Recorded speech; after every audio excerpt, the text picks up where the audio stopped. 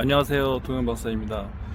오늘은 발기부전, 그 다음에 발기력 상승에 대한 2편격 영상을 방송하기 위해서 영상을 켰고요. 오늘 주제는 유산소 운동에 관계된 것입니다. 자, 음경이 발기가 안 되는 거는 혈액이 음경에 유입이 잘 안 되기 때문에 라고 전편에 말씀드렸고, 또 많은 자료들이 이렇게 얘기하고 있는데요. 그렇다고 그러면은 음경에 혈액을 잘 닿게 하게 하는 수 있는 운동 중에 가장 대표적인 게 유산소 운동이 아닐까 생각하는 중이에요. 그 이유는 심장도 근육에 의해서 움직이잖아요. 우리 몸에 있는 모든 것들은 다 근육에 의해서 움직이고 있거든요. 움직이는 것 자체가 그걸 움직일 수 있는 인대와 근이 연결되어 있는데, 그것들이 힘차게 뛰고 움직이고 하려면은 근성장이 돼야지 가능하거든요.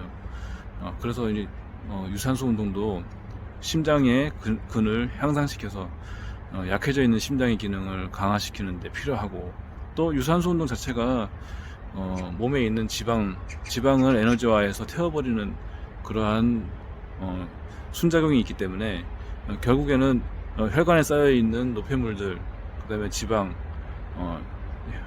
혈액에 있는 그 지방 성분, 이런 걸 다 태워버릴 수 있게끔 만드는 역할을 하기 때문에, 유산소 운동은 혈액을 맑게 하고 또 혈액의 펌핑을 증가시키고, 그 다음에 이제 그래서 온몸에 혈액을 원활하게 돌아가게끔 하는데 특화된 운동은 맞습니다. 그래서 결국에는 음경에 이제 피를 가게끔 하는 그런 중요한 요인이 되는 운동이 되거든요.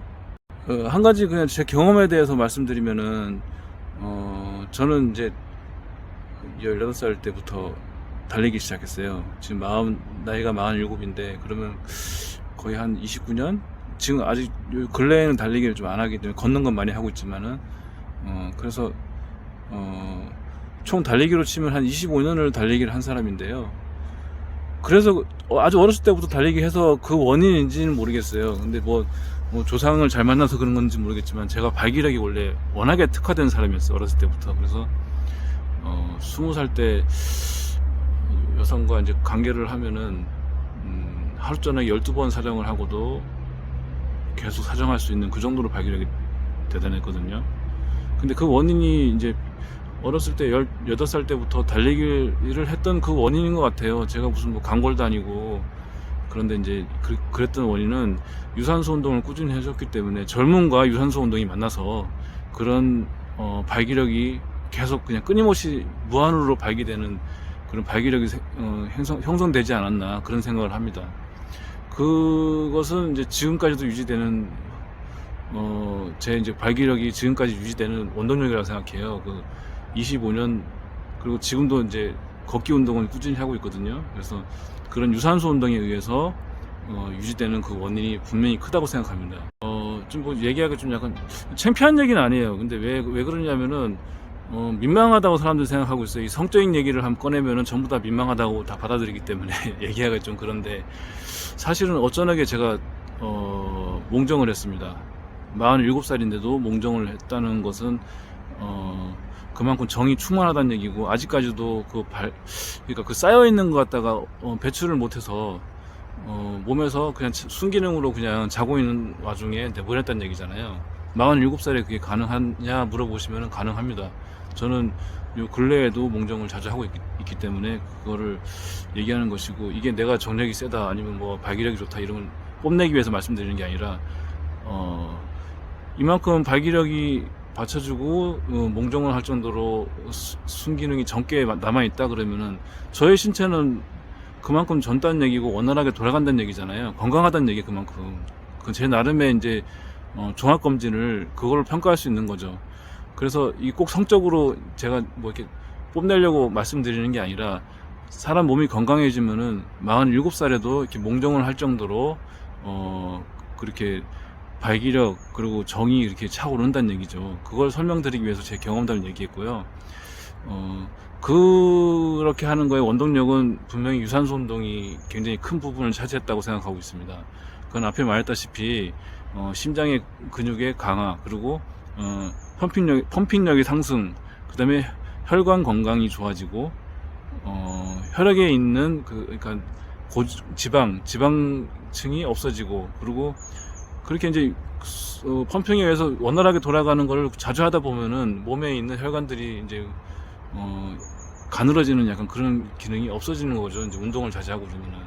그러니까 이제 유산소 운동은 정말로 좋은 운동입니다.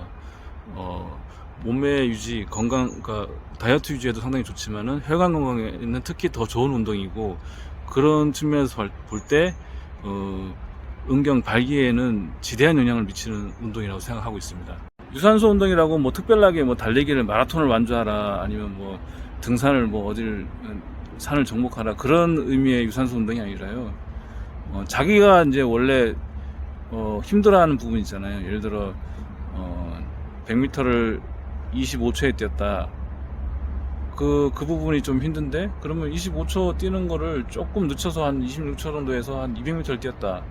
그 정도로 처음에 시작해서 조금씩 거리를 늘려가거나, 그리고 아파트 계단을, 자기네 아파트 계단을 1층부터, 예를 들어 집이 12층이다 그러면은 그러니까 처음에 시작은 12층까지 그냥 완주하는 기분으로 올라갔다.